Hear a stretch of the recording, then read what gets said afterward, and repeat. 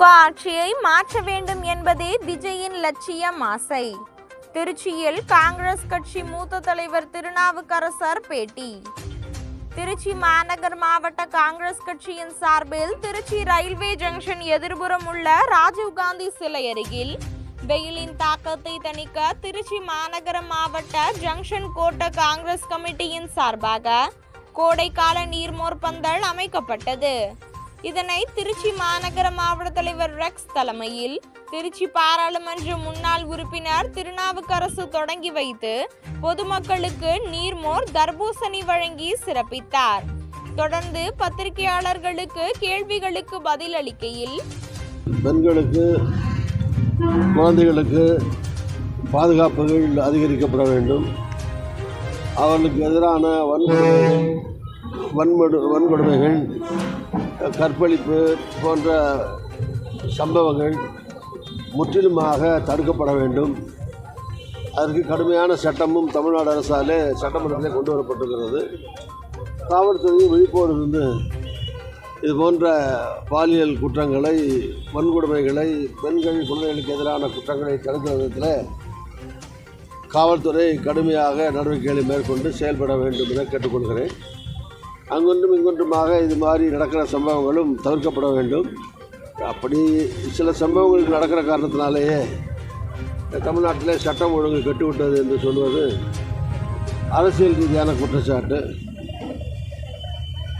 27 தமிழ்நாட்டில் நடக்கிற இந்த 1-2 சம்பவங்கள் மாதிரி இங்கே வந்தால் நாங்கள் மீண்டும் 26 ஆட்சிக்கு வந்தால், அதுவும் பிஜேபி ஆட்சிக்கு வந்தால் நடக்க போகிறதில்ல, நடக்காது. இப்படி ஆட்சிக்கு வந்தால் தடுப்போம் என்று சொல்வது கூட அதுவும் சரியான வாதம் இல்லை. இப்போ பிஜேபி ஆளுகிற மாநிலங்களில் அல்லது பிஜேபி கூட்டணி இருக்கிற மாநிலங்களில் இது மாதிரி இங்கொன்றுமாக சம்பவங்கள் எங்குமே நடக்காமலாக இருக்கிறது. அதனால் அந்த மாநிலங்கள் எல்லாம் சட்டம் ஒழுங்கு கெட்டுவிட்டது என்று சொன்னால் அண்ணாமலை ஏற்றுக்கொள்வாரா? அதனால் இது எங்கே நடந்தாலும், தமிழ்நாட்டில் நடந்தாலும் சரி, காஷ்மீரில் நடந்தாலும் சரி, கன்னியாகுமரி நடந்தாலும் சரி, இந்தியாவில் எந்த மாநிலத்தில் எந்த பகுதியில் நடந்தாலும் இவையெல்லாம் தடுக்கப்பட வேண்டியவை என்பதில் 2 கருத்து கிடையாது. ஆனால் அதை வைத்துக்கொண்டு அரசியல் நடத்துவது என்பது எதிர்கட்சிகளுடைய வேலை. அது செய்யத்தான் செய்வார்கள். இன்னும் அரசாங்கம் தன் கடமை இவற்றையெல்லாம் தடுக்கிற விதத்தில் செய்ய வேண்டும், செய்யும். குஜராத்தில் காங்கிரஸ் கட்சியில் இருக்க சிலரே பாஜகவுக்கு ஆதரவாக செயல்படுறாங்கன்னு சொல்லி ராகுல் காந்தி அவர்கள் பேசியிருக்காரு. நீங்கள் காங்கிரஸ் கட்சியில் மூத்த தலைவர் ஒருவர், தமிழகத்தில் அந்த மாதிரி போக்கு இருக்கா? அதை நீங்கள் கண்காணித்து வரீங்க? இல்லை, சில இடங்களில் கட்சிகளில் சில பேர் அங்கங்கே ஒரு சில பேரோடு இணக்கமாக இருந்து கொண்டு யார் வேணாலும் யார் கூடவும் பேசலாம், பழகலாம், அது வேறு விஷயம். ஆனால் கட்சிக்கு துரோகம் செய்கிற விதத்தில், கட்சியை காட்டி கொடுக்குற விதத்தில், கட்சிக்கு பாதிப்பு இருக்கிற விதத்தில் இன்னொரு கட்சியோடு சேர்ந்து கொண்டு செயல்படக்கூடாது. அதுதான் ராகுல் காந்தி குஜராத்தில் சொல்லியிருக்கிறார். நேற்று இங்கே கூட எடப்பாடி கூட தமிழ்நாட்டில் ஒரு அறிக்கை நேற்று பேசும்போது சொல்லியிருக்காரு. ஒரு 5-6 மாவட்டங்களை சுட்டி காட்டி இந்த மாவட்டங்களில் எல்லாம் சில பேர் இந்த மாதிரி செயல்படுறாங்கன்னு அவர் சொல்லியிருக்காரு. அது மாதிரி எல்லா கட்சிகள்லேயும் இந்த மாதிரி சில இடங்களில் நடக்கிற போது இந்த கட்சி தலைவர்கள் கண்டிக்கக்கூடிய ஒரு விஷயந்தான் இது. இதில் ஒன்றும் ஒரு புதுமையோ, இதில் ஒன்றும் அதிர்ச்சியோ ஒன்றும் கிடையாது. அது மாதிரி இருந்தால் நடவடிக்கை எடுப்போம் என்று சொல்வதும் நடவடிக்கை எடுப்பதும் வாடிக்கையான சகஜமான நிகழக்கூடிய ஒரு காரியம்தான். விஜய் திமுகவை நேரடியாகவே தாக்கி விமர்சனம் செஞ்சு ஒரு வீடியோவை நீங்கள் பார்த்துருக்கீங்கன்னு இல்லை, விஜய் கட்சி ஆரம்பிச்சதுலேருந்தே அதான் சொல்லிட்டு இருக்காரு, திமுக தான் எடுத்துகிட்ருக்காரு.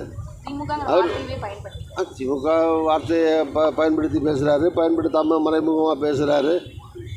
அதெல்லாம் பேசுகிறது தொடக்க காலத்திலேருந்து கட்சி ஆரம்பித்ததுலேருந்து திமுக ஆட்சியை மாற்ற வேண்டும் என்பதை மையமாக வைத்து கொண்டு தான் அவர் அரசியல் நடத்துகிறார். மற்ற கட்சிகளை அவர் அதிகமாக விமர்சனம் பண்ணுறதில்ல. இப்போ பிஜேபியையோ அதிமுகவையோ மற்ற கட்சிகளை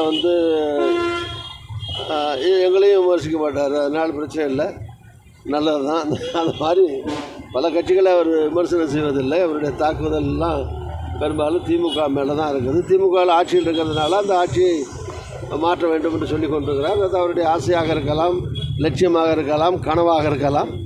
ஆனால் எங்களுடைய கூட்டணி பலமாக இருக்கிறது. அவ்வளவு எளிதிலே எங்களுடைய இந்த கூட்டணி ஒன்றாக வலுவாக இருக்கிற போது யாராலையும் இந்த ஆட்சியை மாற்றிவிட முடியாது. காங்கிரஸ் இப்போது இருக்கிற திமுக கூட்டணியிலே வலுவாக இருக்கிறது. காங்கிரஸுக்கு என்று கணிசமான வாக்கு சதவீதம் இருக்கிறது. தமிழ்நாட்டில் இருக்கிற பெரிய கட்சிகளில் நம்பர் 1 திமுகனா, நம்பர் 2 அதிமுக, நம்பர் 3 மூன்றாவது பெரிய கட்சி தமிழ்நாட்டில் காங்கிரஸ் கட்சி தான். தமிழ்நாடு முழுதும் இருக்கிற கட்சி. எல்லா கிராமங்கள் தொடங்கி நகரங்கள் வரை வாக்கு வங்கியோடு, செயல் வீரர்களோடு, நிர்வாகிகளோடு, பூத் கமிட்டியோடு இருக்கிற கட்சி என்பது காங்கிரஸ் கட்சி தான். எனவே இந்த 2 கட்சியும், 3வது இருக்கிற கட்சியும் 1வது இருக்கிற கட்சியும் ஒன்றாக இருக்கிற போது, அதோடு இன்னும் பல கட்சிகளும் கூட்டணியில் இருக்கிற போது, தனியாக இந்த கட்சியும் அல்லது கூட்டணியாக கூட இந்த கூட்டணியை வீழ்த்துவது கடினம், வீழ்த்த முடியாது. எங்களுடைய கூட்டணி தான் வெற்றி பெறும்.